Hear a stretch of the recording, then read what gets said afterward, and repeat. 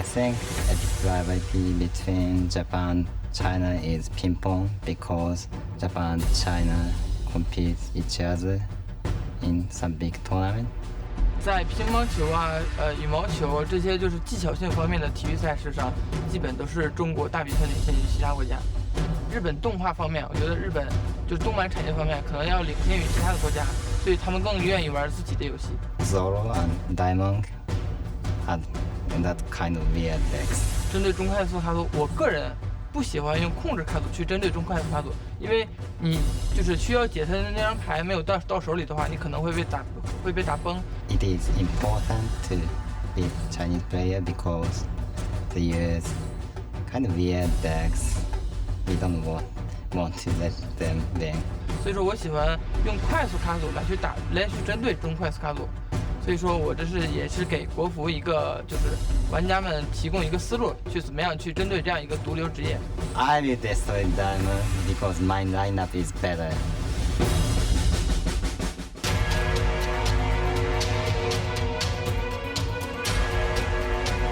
DieMeng versus No!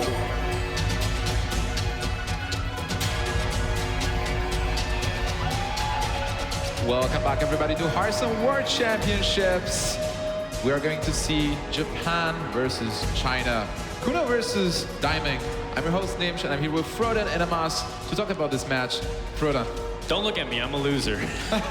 You did really well, man. Oh, man. The only thing that I'll say about that series before we move on rightfully to the third quarterfinal is I really thought that he would pick Priest in that scenario. That's why I picked the Rogue. I picked Rogue to try to kill Priest because I think everyone would bring Priest. And I was like mostly right. I really wanted to face you in the finals. So you have an easy win. So you have an easy win, Amon, like how it is. Yeah. All right. Anyways, I'm doing all right outside of that. Today's been a wonderful set of games. I've been highly entertained from all the player strategies to watching Elke and Daniel toss backwards, and it's been a really good ride so far. It was a great tournament so far. And Amas, how are you doing? You won versus Brian. Yeah, I mean, so far the BlizzCon Hearthstone tournament has been amazing. It's been a lot of variety. People who want to see competitive games can see that. There's also a lot of variety games as well. But now it's business time, right? We have to see which two people are going to join Tice and Osaka in the semifinals. Absolutely. And before we even start talking about those players, who are your picks? Do you think Kuno is going to take it? Well, one thing that I think people really underestimate is just the power of an aggressive lineup. And I think DieMeng has exactly a kind of lineup that will really surprise and punish people who aren't anticipating things like Mech Shaman to come out. He also has a Secrets Paladin. He also has an aggressive Hunter. And these naturally are much faster than what Kuno's playing. He has Druid, mid-range Druid, and he has mid-range Paladin. And those are slower decks. They might get caught off guard by how fast DieMeng is. Yeah, I definitely agree with that. The strength of a mid-range deck is that you sacrifice the first few turns, and then your middle of turns are just amazing with all those Savannah high mains perhaps, but then you kind of drag late off. But the aggressive deck just doesn't give enough time for mid-range decks to develop to even turn 4, to be honest. So I do give the edge to DieMeng here as well. Well, I would agree with you guys on paper, but on the other hand, from Kuno, he is bringing his Paladin. This is his favorite class, his favorite deck, and he really believes in it. He thinks that it's really hard to counter, so he doesn't really have a bad matchup. He feels like he can win versus everything with his Paladin. That's right. I think if you look at what Kuno has done so far, he's defied many odds. And so even though he might come in here on paper as a player that's disadvantaged, maybe in his opinion, he might even be favored, depends on how he sees the matchups. Absolutely, and it's so great to see a Japanese player here at World Championships, where we just launched Hearthstone in Japan just a month ago. Yeah, that's right. Now Japan can have their own server, so to speak, and have their own community continue to be built up. And Kuno was mentioning that it's small, but they're very passionate, and they know each other very well, and they're all very inclusive. So it's not just Kuno playing for his country, but it feels like all of the Japanese community is behind him as well. Absolutely. And DieMeng on the other side, Amas, what do we know about him? Well, I just think he's one of the best players in the lower bracket. I mean, the second bracket, because Tice and Osaka are my picks. But DieMeng, I think, he just has a great lineup. He knows his mechanics a lot. And even though we see here it's a Paladin mirror matchup, both Paladin decks are actually quite different. DieMeng is gonna is utilizing the Secrets Paladin, while Kuno is actually using the more mid-range Paladin we used to see before Mysterious Challenger was introduced. And in this matchup, I really favor DieMeng. All right, so game number 1 is ready. The players are starting right now. Secret Paladin versus the mid-range Paladin. Yeah. Early curve is so important for Paladin because of how the way things sequence, like Divine Shields on mini bots, and whoever gets the first mustard to pop that shield gets a huge advantage on board. So that's why you want to make sure you plan out your curve very aggressively. DieMeng can use not just the mini bot to trade, but he also has Noyotron to hide behind. That's why he can make such an aggressive point play. And DieMeng is utilizing those Enoratrons because he has a very secret tech in his deck, which is a Blood Knight, which is extra good. I mean, imagine the Blood Knight being popped onto this board right now. But Kuno knows better than that. He's just going to take the Divine Shield trade here. Still, DieMeng gets a good trade here. Even without the trade, I think Blood Knight would be a super good card here. But there is the best free drop for DieMeng. That's Master for Battle. And with that, he will be able to... Oh, actually, almost clear. Yeah, it seems like the Chinese community really enjoys these heavy tech in preparation for what you expect to be really dominant. So they're willing to play Black Knight, they're willing to play Blood Knight and Mind Control Tech. Those are some cards you might see much more commonly in the Asian server, or Chinese server rather, than compared to West meta. It's actually amazing that the metagames differ so much based on the server and what are the preferences of the players. But here, turn 4.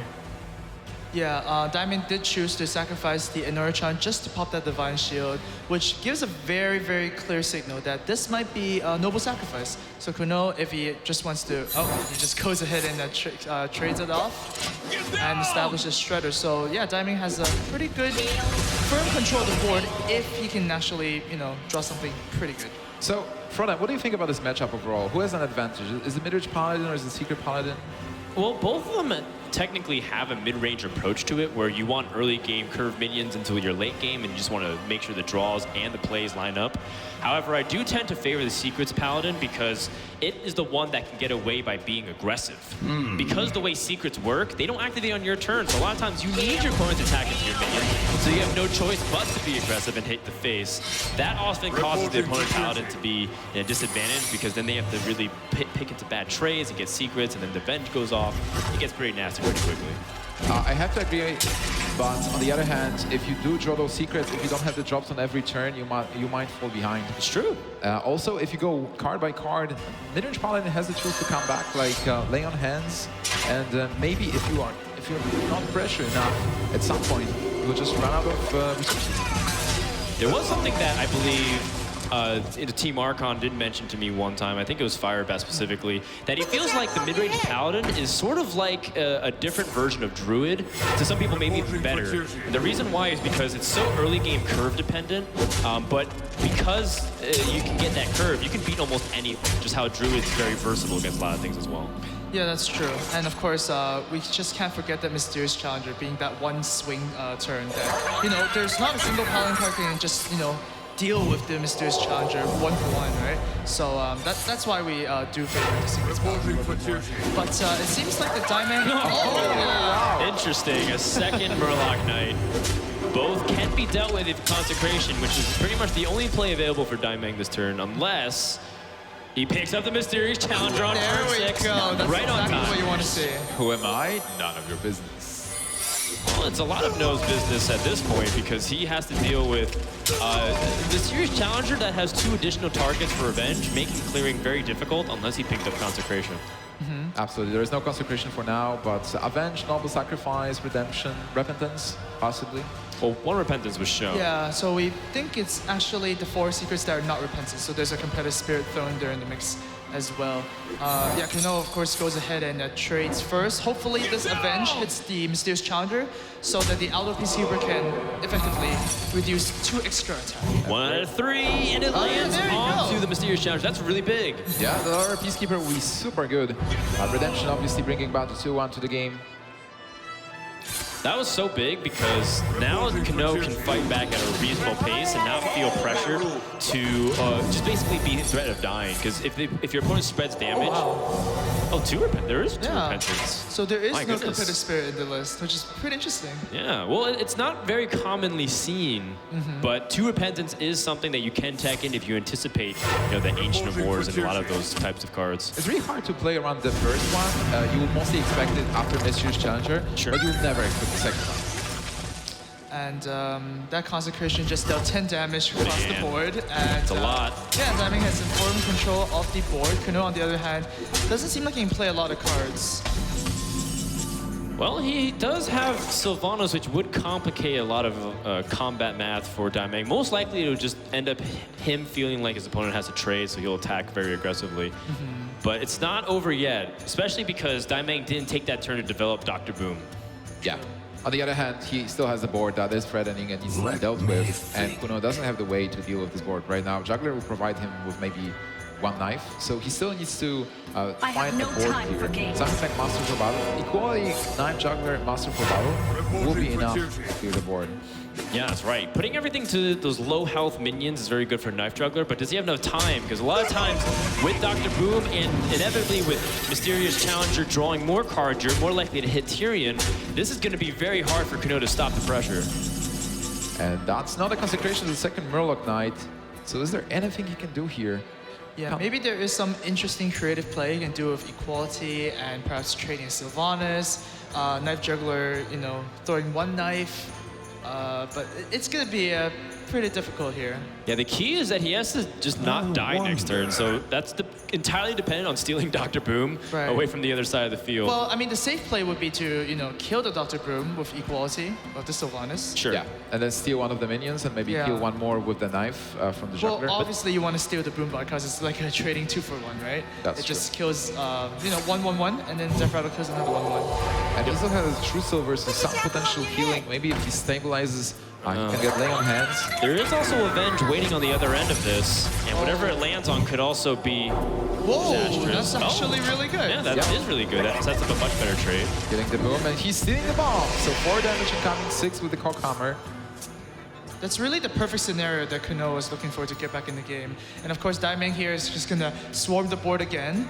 And Paladins, outside of Consecration, doesn't really have a great way of dealing 1 damage after the Knife Juggler dies. The thing is, this is the moment to trade, and if Kuno picks up Lay on Hands, that's actually a lot of heal that he can get. That's true. Yeah, that'd be huge, considering that he can restore enough life to stay alive and probably develop things on the next turn, considering that there's not much power on DieMeng's board.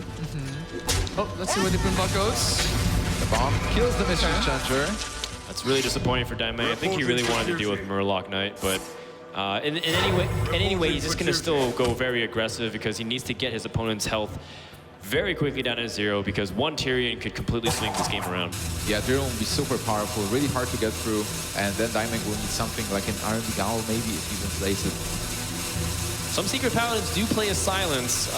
And almost any tech is viable if you really think about it. However, one thing is that these guys have been playing for about a week now, so almost all the cards are known to their opponents in terms of deck lists. Now, I like DieMeng's attack here. It basically sets up lethal because there is 7 health of Kuno. And now, Kuno really needs to fish for a charge Murloc. Yeah, there is no taunt Murlocs. True Sword Champion will keep him alive just barely. But almost any source of damage here for DieMeng is enough. Yeah, that's 6 points of damage incoming, so... True Silver will be fine. No, I'm not not quite. sure it's not having him here, but it's still a great minion to play. And just pressuring Kuno, putting him in a situation where he can't come back. He needs a taunt. That's it. He's just run out of time. He can't kill off the flood of minions too much. He's just dead to a weapon hit. He needs some kind of taunt. And that's not quite it, but of course, there's always the Happy Birthday of Doomsayer. It is a 1 in, 75 chance, basically? Or 80. It's very unlikely. Yeah. Going for the Murloc. Oh, there's the charger that he was looking for last turn. A bit too late. Explosive Sheep also might be good. That's right. So Explosive Sheep, Unstable Ghoul then. Unstable Ghoul could could actually keep him out. So there's a few outs here. So because of Unstable Ghoul, you want to hit the Shredder with your 1 health creatures. And perhaps save the 3/3. That's like really technical. To arms, men! Sure. Yeah. I mean, this also makes sense too. And what is it? No. No, not the Darnassus Aspirin. So Kuno drops game 1. DieMeng from China strikes first blood. Yeah, Secret's Pally does take a game off the mid-range Paladin, but you know, we knew that Secret's Paladin was pretty good against the lineup anyways, but it's not going to get easy for Kuno as DieMeng's matchup. The two remaining decks are just as aggressive and just as strong. That was his slowest deck, the Secret's Paladin, and everyone generally accepts that to be rather aggressive in nature.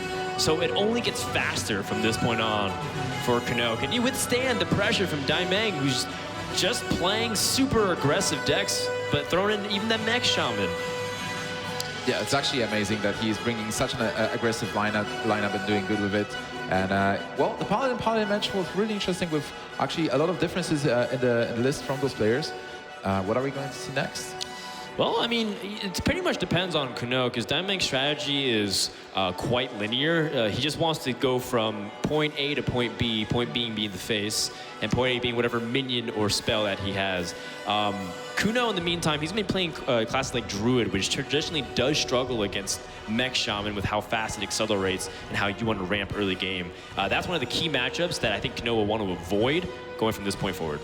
Yeah, I agree with you, and I think Kuno is just going to save his Druid for the last game perhaps, and just get some wins under his belt, you know, get some confidence back, and then just go on from there. And then on the flip side too, the same thing with that Warlock, which can be susceptible to Hunter. You're going to want that to probably hit the Mech Shaman, because you can disarm their early board very easily with trades. Implosion just single-handedly sometimes blows Mech Shaman out of the water. These types of matchups, you're going to definitely bet that Kuno is going to try to swap for him. Absolutely. For me, an amazing thing is that for DieMeng, he's coming here from China, and he's fighting for some more time to play Hearthstone, because he has a deal with his family that actually, if he is successful, he will be able to continue. Yeah, that's right. You know, we've got a chance to talk to DieMeng a couple times, and one of the things that really stuck out to me the most was describing how he doesn't necessarily come from a very fluent background where he was able to like afford any kind of gaming setup he wants. He was just playing at local internet PCs, just so that way he can try to get some Hearthstone time. Doesn't have his own tablet, really doesn't have like a strong laptop or anything. Well, he's determined. That's what we can say about that. That's right. Absolutely. We actually sat down with the players and talked to them a bit. So let's hear their thoughts.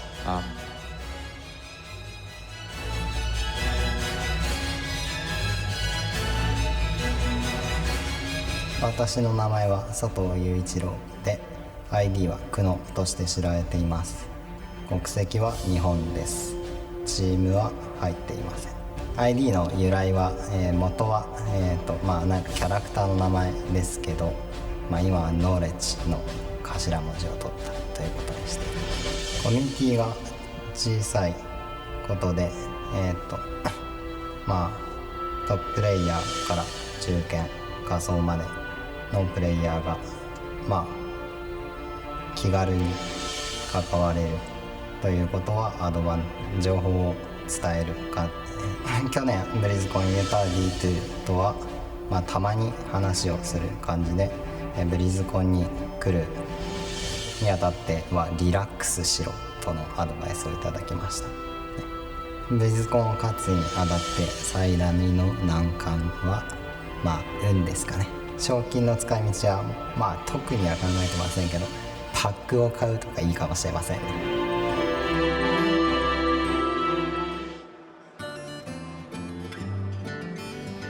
Kuna is just going to buy more Hearthstone packs. How cool is that? Well, it looks like he's going to need it sometimes because there's a new adventure on the way. So save up your gold if you haven't heard already. Explorers I'm looking forward to it. It's next week. Yeah. Oh my God, it's so fast. And have you seen the cards? Have you guys had a chance to play a bit? Outside of getting my butt handed to me in Challenge Zone, I have not had a chance to go look at the cards. Maybe I will, though, after the series. Well, I believe that all the cards that are going to be in the set are posted online right now. So you can check out the Hearthstone Facebook for those images. Some of the cards that we've seen at the opening ceremony were amazing, where you search for a map first, and then you find a map, and then you find a treasure, and change everything to legendary cards. It was pretty cool. It's not just a treasure, it's a golden monkey. It is a golden monkey. All right, guys, game number 2 is ready. DieMeng versus Kuno, Paladin versus Shaman. And he's playing the Mech Shaman. That might be his weakest link. It might be, but when you look at the possibilities that you think that people bring Druid, which is very high, you could just have a lineup where you might be targeting a class like that to take advantage of its weaknesses. Well, I'm just looking at the hand from DieMeng, and it's like the perfect combination of cards you would want. Just wants that mech warper, right? And almost be 10 out of 10. For Yeah, and now how you have perfect double it is. 1-drops for the next turn, which is just insane. And we know that outside of Sea of Light, Paladins don't actually have a way to deal 2 damage in turn 2. And Yeah.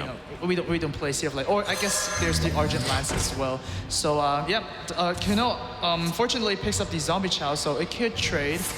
Yeah, but I mean, you can also do 12 damage with it if you want. That is... Oh wow, no. He's, Okay. he's not doing that. So he's not too greedy. No, yeah. It's pretty logical. This does effectively the same as Rockbiter in, because you should be able to attack twice. Paladin without the coin can't really do anything to that except Aldor Peacekeeper. is he forced to Aldor here? He might be. Yeah, it doesn't feel good, but the wow, he actually feels threatened enough to actually play the Elder Peacekeeper. But that gives DieMeng a very nice Power Mace target. That's right. And with the Power Mace, unless Kuno spends his entire turn using Consecration, then that means he's back in business with making sure he puts the aggression on. So Kuno needs to be very careful not to get too greedy here. Oh wow, but double Consecration means you can expend the first one, you know, quite liberally and just, you know, clear the board. He can also use the True Silver just to deal with the 1-2 and then have True Silver for the next turn where possibly a 4-drop is being played. Oh yeah, but the Power Mace is gonna break next turn, buffing it out of range, and you're just gonna have to like take 2 hits off the minions with the True Silver. That doesn't sound like a good time. Yeah, precisely. And you know, without that mech being in play, DieMeng doesn't have a way to buff that Power Mace. Cards like Cogmaster are not mechs. They need to have mechs on board for it to have synergy. Yeah. Absolutely true. But on the other hand, that is a board that needs to be dealt with. But there is this juggler with Master for Battle for Kuno. Where are the knives gonna land? Just needs one to the Leopard Gnome That's for perfect. him. That's it. Wow. That was pretty much exactly what he wanted. Yeah, dealing with his small minions, only with the 3-3 on board. But he is down to 17 already. Well, the good news for him is that DieMeng is down to 3 cards. Doomhammer comes into the hand. That represents a lot of damage, but he can't use this turn since he did Overlord last turn with the Totem Golem. Would you crackle at all to the face because you have Doomhammer the following turn? Oh, wow. Maybe that's too aggressive because you can't kill him anyways. Yeah, at the same time, you can always roll a Spell Power Totem to buff it 1 more damage. No, I just wants to... Cares. 4. It's not that much, but still, that is some damage, and then he will be able to play the Doomhammer and deal for it. Yeah, that is 2 turns. Does he have 2 turns? Kuno will definitely have to clear off the board here. And now the race is on. Doesn't even want to take that 1 extra damage with his hero trading into Searing Totem. I mean, the fact that he's at 7 is really huge with Choose Over Champion, by the way. But a second Crackle, that could be the direct damage he needs. But then we do have the True Silver Champion healing a tad bit out of range, so if Kuno finds a taunt, that might be the thing, but... And that's not a taunt, so this means that double attack for the Doomhammer and Crackle should be it. True Silver. He doesn't have enough for lethal, does yeah, he's actually 1 mana off lethal right now. 1 mana off The lethal. True Silver and Consecration, that is a shame. So Yeah, close. or he would have other ways to use Knife Juggler to enable it to just a little bit short. And he's gonna have to go for this play, hoping that his opponent doesn't have it, but he's just gonna be completely overrun the next turn. Look at DieMeng, he's such a boss. He's just waiting for it. Yeah, this play doesn't actually wait, just hold on. kills him off the board. So, yeah, he effectively just... 1 damage off. he did. Oh, wait, got it. Yeah, that's what I thought. Oh my god! He juggles. That's what I thought. So Kuno is going to take it. 1-1. Kuno versus DieMeng. Hey, to be honest, you listen. didn't spot that either. No, I thought, okay. At the very end of that, Okay, I'll take the hit for it. at the very end of that, I thought there was maybe a possibility because of the double juggles I was counting. So very good job by Kuno. Yeah. It won happens. it. It That's why happens. Kuno is sitting there and playing. And How I'm does sitting it here. feel? You're officially a caster now, Maz. Congratulations. Welcome. Well, That was impressive. That was- I'll take up on some more math lessons. And that was actually really No important worries. because I mentioned at the beginning of the match, the Shaman can be a weak link in the lineup for DieMeng. So he lost to Paladin, and he might struggle versus Druid. He might struggle versus the last deck, which is the Rogue as well. And Well, we'll see. I mean, it's important that he got that Paladin win, but it definitely feels like one of those classes that is still one of the... Like, it could win. It also is not very favored against anything else. The big things and the question marks are the Druid and the Warlock deck. yeah, absolutely. Abbas, what do you think he's going to take next?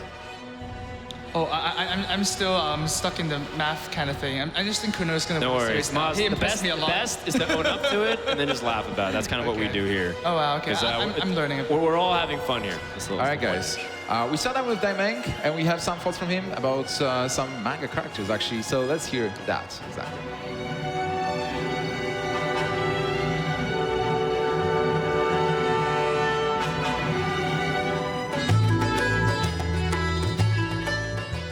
我最喜欢两部动漫，一个是《火影忍者》，一个是柯南。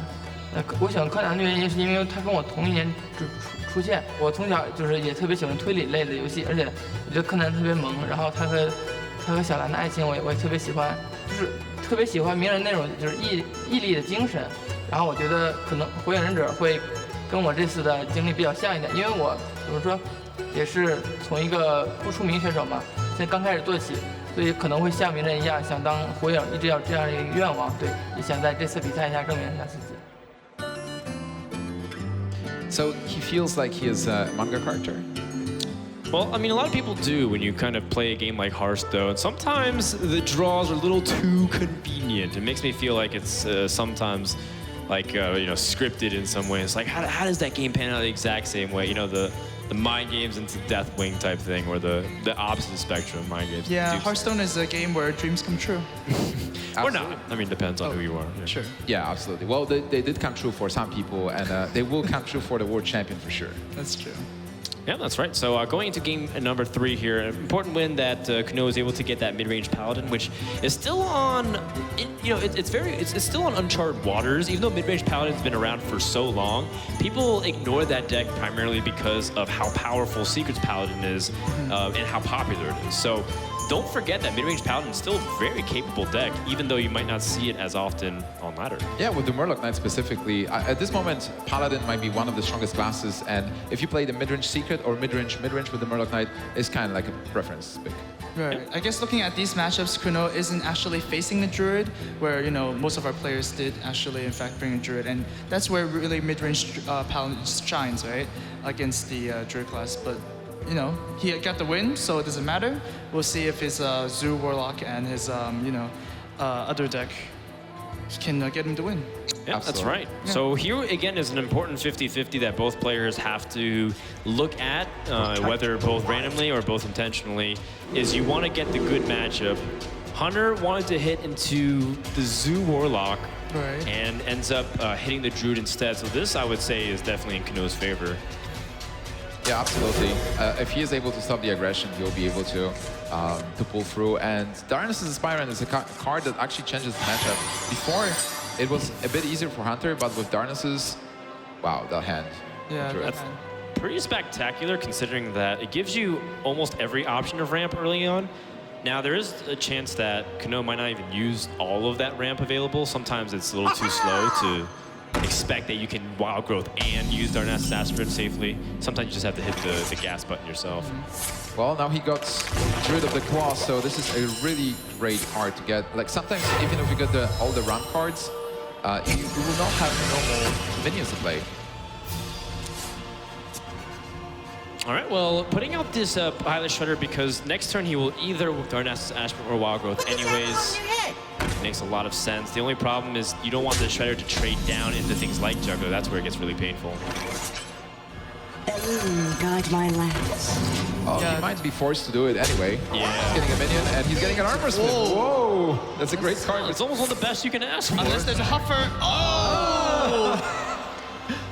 Well, such is the way of the Hunter life. You usually roll Huffer and go for the hero portrait on the other side of the board, but in this case, what do you think? Oh, I think you take the free trade off the Armor Smith here. The problem is he's facing, so there's going to be a Keeper of the Grove. So he was thinking about killing the Darknesses here. Well, I mean, we seen earlier in one of our quarterfinal matches just how, deadly not removing an Armor Smith might be. Yeah, it ended up being the exact reason that the Warriors were able to stay alive for so long. And those Armor Smiths against a deck that wants to be so fast, like this Hunter deck, that's your bread and butter. You need to have those extra points of damage or else you might lose. Yeah, absolutely. Oh, wow. So many one-health creatures against the Druid. That Druid has a swipe that can be used at some point. There's no swipe for Kuno now. Yeah, definitely. You're always paranoid about the Druid swipe. That card is what really defines this matchup sometimes, because it can halt all the aggression, and Druid from that point on can just taunt and heal, and even race. Exactly, and with all these 1-drops that DieMeng is running, it actually makes something like Quick Shot much, much better. What a draw, though. Because he is Emperor Thorson here, trading is not as bad with the Darnassus Aspirin as it would be, because next turn he should have access to every card. Whoa. Yeah, there's one more thing also. The thing is that you are kind of forcing Hunter to trade into your minions. If Hunter just goes face, you have Thorson and will tick again. So we'll be able to play Ancient of Lore. And if you decide to draw, I think it's actually might be better to heal here to Ancient of Lore. It could be. It's one of those scenarios where you're realizing, I'd rather just live than just try to draw into more cards right now. He's still in a good position. Rid of the Core for 4 mana, can be used, 0 power. He has Thorson now, he can use it to trade into minions, and he knows that DieMeng has only 1 card in it. But that 1 card is a very important card indeed. Al is effectively going to, kill off the Druid, of course, in DieMeng's side, because he just wants to end the game early. And the Whirling Blaze is actually pretty nice too. Yeah, it is. It's +1 attack, and it allows him to ignore the Druid of the Claw, but on the other hand, there is a lot of damage for Kuno himself. If he picks up something like the Savage Roar, then he can race. Yeah, he can race, primarily because he also has Ancient of Lore to heal him. That'll buy him some really valuable time. This also means that Kuno has to sort of clear this board. He has no more taunts available, and he only has 2 minions available for trading. So, Ancient of Lore is definitely an option. Put himself to 13 life. It's gonna buy him a turn or 2. And it feels like a priority is to kill off at least the Ironbeak Owl, so you can deactivate a potential kill command off the top from your opponent. Yeah, deny the Beast. And the raid is alright, because he will be able to use the hero power on top of playing Shredder and Ancient of Lore. But hard decision indeed. And another question is, how badly do you want to go for a 2-turn lethal on your opponent as well? How much are you trading onto the board versus being aggressive, so that way you can potentially win the following turn if your opponent doesn't have the right cards? Yeah, that's true. At the end of the day, being more aggressive against an aggro deck is the best answer. Because otherwise, you're just waiting to die. Sometimes the best defense is a better offense, and Drew is one of the best at being able to flip the switch with cards like Savage Roar. So he sets up 18 damage. There's no Beast on board as well, so Kill Command is gonna deal only 3 damage. Wolf Rider, that's +3, so it's 6, 8, 10 points of damage, not enough with the Explosive Trap. So it seems like DieMeng has to trade for something, or else he's just dead on board. Right, he can use the Explosive Trap to weaken the minions so that if they attack into the hero, all of them will die. Right. I also wonder if there's a second type of trap in DieMeng's deck, and I guess we just got confirmation. Yeah, that's not. Yeah. And that's what makes that second Explosive Trap work. That should be enough with the Explosive Trap. Yes, it certainly will be. So Savage Roar will give Kuno a much-needed 2-1 victory and put DieMeng on elimination point. Yeah, it seems like Kuno braved the storm yet again and escaped the aggro deck's aggression 1 turn earlier. Yeah. That's exactly what you want to see. This is such a great position for Kuno, because with this win, he's only left with his Demon Zoo. And Demon Zoo has a great matchup versus Shaman, I believe. It's better versus Hunter. Yeah, generally speaking, the Druid's been pretty decent against the Face Hunter, considering that it's got early game cards like Darnassus Aspirin helping it out. You saw exactly what happened when Druid can ramp. It can beat almost anything, and once again, showing us how powerful those early mana crystals are. Specifically with Darnassus Aspirin, just being there as a minion, giving the mana crystal, and being also able to trade, putting Hunter in a position where you have to think about trading. You have to save yourself, and then you can't deal enough damage to your opponent to just finish the game. Yeah, definitely. So this leaves Kuno with 2 chances to take out DieMeng, the Hunter and the Shaman. Ultimately, I do feel like the Zoo Warlock is very effective against Mech Shaman. There are ways for you to curve really awkwardly that it's not very good, but I do feel like Kuno's a really large advantage at this point. Absolutely. So what is he going to take now? Kuno is taking the Warlock, obviously. As DieMeng, do you just take Hunter again because it has a good matchup?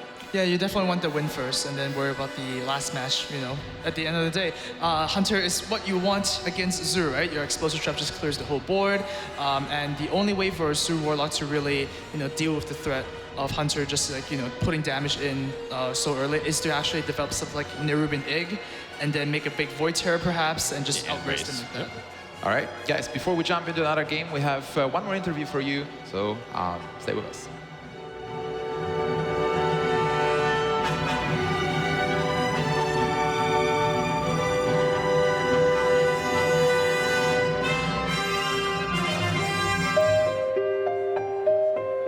大家好，我的名字叫郭子豪，我的游戏 ID 叫DieMeng还未醒，我来自中国这个赛区，我的家乡是东北的吉林省吉林市。我的家乡就是空气也特别的清新，城市不大，就是不大的就是小城市，我最喜欢的，因为它没有太多的车，没有太多的烟。我最喜欢的时间是凌晨2点钟站在街头上，整个街头亮着灯，但是没有一辆车，然后你自己一个人站在这个城市里，你就感觉整个城市全是被你所拥有了。我在我们班的成绩属于中等，或者说就是也是一个就是 shy boy， 就是不是很愿意就是说话跟其他人，就是在现实当中在同学里，所以说朋友圈子不是很大，所以说可能生活区域就是在那一片。虽然说我们家庭不富裕，然后但是过得每天都还挺开心的，因为没有什么烦心事儿。因为我不是很富有，就是我的手机从来没有超过1000块钱，而且我也没有任何平板电脑，笔记本电脑也很便宜，所以我就手机是玩不了炉石的，然后笔记本电脑就是网络也不太好，所以基本都去网吧才玩炉石。那我可能就会在家庭的安排下，或者自己去找一份，就是坐在办公室里的行政人员，或者是国企里面的公司的一个小职员。然后每天做着上司给的任务，就是 just for living。困难我觉得可能就是来自于平衡学业和家庭的那个，就是刚开始的不支持，然后会让我有一些就是抗拒，然后当时心情不会很好，然后学也学不好，然后就是练牌也练得也不是很好。我是公测玩家，然后公测1个月之后，我就上了传说，我发现我比其他人更有天赋，然后我突然觉得我找到一个自己有天赋做的事情了，然后觉得很有价值，然后我就一直在坚持。我给他们的承诺是，比如说到6月份之前，我取得一个什么成绩，那他们会宽限我半年。然后我在5月份的时候取得了这个 CSL 冠军，所以说他们允许我继续玩到就是月底12月末。然后我现在又有幸来到了暴雪嘉年华，可能他们会延长我的就是这个时间。已经能来参加美国暴雪嘉年华了，已经对我这份努力也算是一份肯定了。我觉得也是很值得的。我为什么喜欢用萨满呢？主要是因为很少人去用萨满，然后我也认为就是与别人与众不同才是一种个性，才是一种高端人士的选择。DieMeng is such an amazing person. So many obstacles, and he's still here fighting. The gravity of Hearthstone for him is just amazing. Yeah, he's one of the chattiest players I've seen, willing to share about anything that comes out. He's very open. He's one of the friendliest Chinese players. We were just walking around playing some games, and he was talking with a bunch of the English speakers too, even though it's not his native language. So he's a very friendly guy, and I like him a lot. Yeah, and he plays Hearthstone really well. Amas, what do you think about him? Yeah, I like his attitude a lot. It's always just go forward. Don't worry about things that go around you. Play the best you can. And of course, his last comment that he said, he likes unique things, and I can associate a lot with him because, I'm a priest player, and not everybody plays priest, so we have good taste. There is something like a drive. Like I feel like a lot of players, they play Hearthstone for fun only, and they just want to test themselves. For DieMeng, he's really hungry for the win because winning is so important for the family, for his family, for himself as well. Well, it's win or go home. DieMeng is down 1-2, and Kuno is one step closer to becoming a semi-finalist here in the Hearthstone World Championship.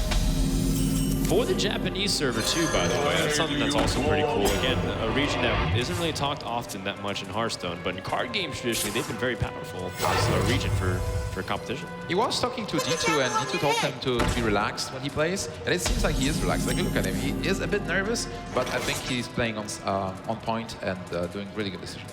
That's right. So early game board control is the name of the game for the Zoo player. You have to deny the Hunter from being able to start doing very aggressive damage, and then ideally use your board trades to get really powerful minions on the board early. Right. Yeah. But unfortunately, both of these one-drops do contest the Direwolf Alpha. So, you know, Kuno will have to find something else. This Nerubian Egg would have been really good if the wolf stays alive, but it's going to get taken out. I feel like it's okay for now. So Hunter is so good versus Zoo because Zoo depends on building up the board, and Hunter has Unleash the Hounds and Explosive Chop that can deal with it really easily. From the Zoo perspective, you want to have cards like Nerubian Egg and maybe get the Voidter, Void Caller, and lock the game with the Mal'Ganis as well. So you want to have those big creatures. The fact that he has the drops for now and is able to contain the aggression is really good for him. Okay, well, DieMeng opts to go off curve to try to be a little bit more aggressive with the Glaive Zuka and the South Sea Deckhand. Really cross his fingers that his opponent doesn't have an easy way to activate his egg. Right. Oh, there's Wow. this Oh my goodness. That That is abusive a surge. potential board clear. Yeah, because it does activate the Knife Juggle 2 times. Another time it's going to come out of the Nerubian Egg. That's one minion. One more. Oh! That dagger landed not only on the minion, but inside DieMeng's heart. That hurt a lot. Oh, and the Liak is not going to push any more damage and also does not trigger the Nerubian. Yeah. So it seems like tides have turned. And there is implosion as well. Certainly, that implosion is also just as big, knowing that his opponent probably doesn't have an easy answer to this outside of Unleash the Hounds. I've mentioned cards like Unleash the Hounds and Explosive Chop, but if you don't draw into them, how do you even stop Warlock? That's right. I mean, traditionally, again, this is supposed to be a matchup that gives the Warlock player a hard time. But you know, you don't really feel like you're in a position to be able to press for the win. DieMeng has to with 4 turns on this Eagle Horn bow. Oh wow, Power Overwhelming will be very important to push with the damage, but DieMeng recognizes that he can't trade with his minions. He needs to go for face and deal as much damage as possible. Eagle Horn bow is overall, both bows, it's like 6 damage, but it's even 12 damage, but over the course of 4 turns. Wow, he refuses to take any more damage, not even willing to life tap at 18 health. He's going to be determined to finish the game, and he said, you know what? I'm going to need every single point of life at this stage. Yeah, I mean, he already has the hand to win the game. He plays Dr. Groom next turn, and then the following turn, Power Overwhelming should do the trick along with Dr. Groom dealing 7 damage at least. Something like Doomguard is going to finish the game on the spot. Oh, not quite though. That's right. He has 11 damage. Doesn't Wow, have any more ways to juggle. If he was able to tap into that juggler, for example, Right, that would but- have potentially been lethal. But if he does play the Dr. Broom here, DieMeng will have 6 Hounds off the Unleash the Hounds. Would that be enough damage if Yes. he draws something like a kill command? 14 with the kill commands. So it's pretty tricky right now. For Even with the quick shot, I think that will be enough. So 6 minions, 9 damage, 11 with the hero power. Yeah, Right, I mean, it would be. right. Because it allows him to squeeze in that hero power, like you said. So Kuno in a very awkward situation. He's going to play the Knife Juggler instead of Dr. Wu because he wants to play around that Leash the Hounds. Oh, this means that 4 hounds, 7. That one is... I'm not going to It's do not good enough. Yeah, it's not good enough. And Because he can't hero power as well. it. Right. he can't really clear. I mean, he can clear, but then if you spend damage here on clearing, can you win? Well, he needs to at least not die to what's on board. And if he also spends his weapon charge, he's going to be able to get closer, but still not enough to quite. kill his opponent. Oh, Shredder is okay. It doesn't finish the game yet. Now Kuno knows that Unleash the Hounds is out of the way. So there's Yeah. 5 damage incoming. He knows that 5 needs to be dealt. Okay, so I think he's going to go to a scenario where, like, you know, maybe if these boom bots or whatnot kill, maybe that would be the way to decide her. We need a quick shot off the top here. Quick shot into kill commands. That explosive. No. Not it. And that explosive trap will be certain death for DieMeng. There's no way for him to be able to get out of this situation. Unless there's like some weird bluff of like misdirection or something, but I don't really think so. Kuno has every single tool at his disposal to advance the semifinals here. Absolutely. So now he just needs to attack. He even gets the Doomguard to seal the deal, but the bomb is going to phase. Explosive chop is going to trigger. Those bombs, 100% kill for damage to phase. And That's Kuno is right. advancing to the semifinal. We have our third semifinalist hailing from Japan as Southeast Asia gets into the semifinals, denying China their first berth of 2015. What an amazing match. We were thinking that aggression is going to prevail, that DieMeng is going to win with all those decks he brought, but it's Kuno with the mid-range Paladin, Druid, and Zoo. Yeah, the consistency that some of these mid-range decks have, while still retaining a lot of their explosive potential as the game goes on, is still a very powerful ally to have in your lineup. And I think Kuno really understands this mid-range style of lineup. Yeah, I'm really excited to see more games from Kuno tomorrow when we advance to the second day. Amas, any thoughts about this match specifically? Yeah, Kuno just played his game really well. His mechanics were on point. He spotted a very good lethal. And congratulations goes to him. He spotted the only lethal in that situation. We spotted 2 other ways he couldn't lethal, but that's ultimately why he's playing, and he's gotten so far. Job well done to this Japanese player. What was your favorite play from the match? Well, obviously the one that made us look the worst and look, like a genius, or a person that probably can basically count from 17. So that was probably my favorite. Same? Yeah. Same play? Yeah. All right, guys. We have Rachel down on stage with the winner. Thanks so much, guys. I'm here with Kuno, and I want to know, did this victory have any special importance to you?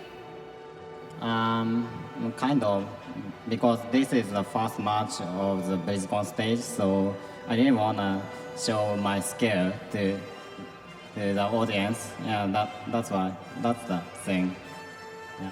Well, I'm taking it by that applause, and feel free, guys, because that was quite a show of skill. Kuno, this is one of your first, if not the first, major tournament that you've been a part of. Japan recently just got their own server. I mean, you're sort of the underdog here. Do you feel that way? Yeah, I don't think so. Maybe EU is better than me, but yeah, other region is not that good as me. Yeah, I guess. Do you think you're going to go all the way? Yeah, what? Are you going to win? Yeah, of course. Yes, of course. Well, thank you so much, Kuno. One more round of applause for him. And up next, we have our final Hearthstone World Championship map of the day. We have the quarterfinal between Zoro and Hotform. For now, let's take a look at our match highlights brought to you by Windows 10 DVR Replay.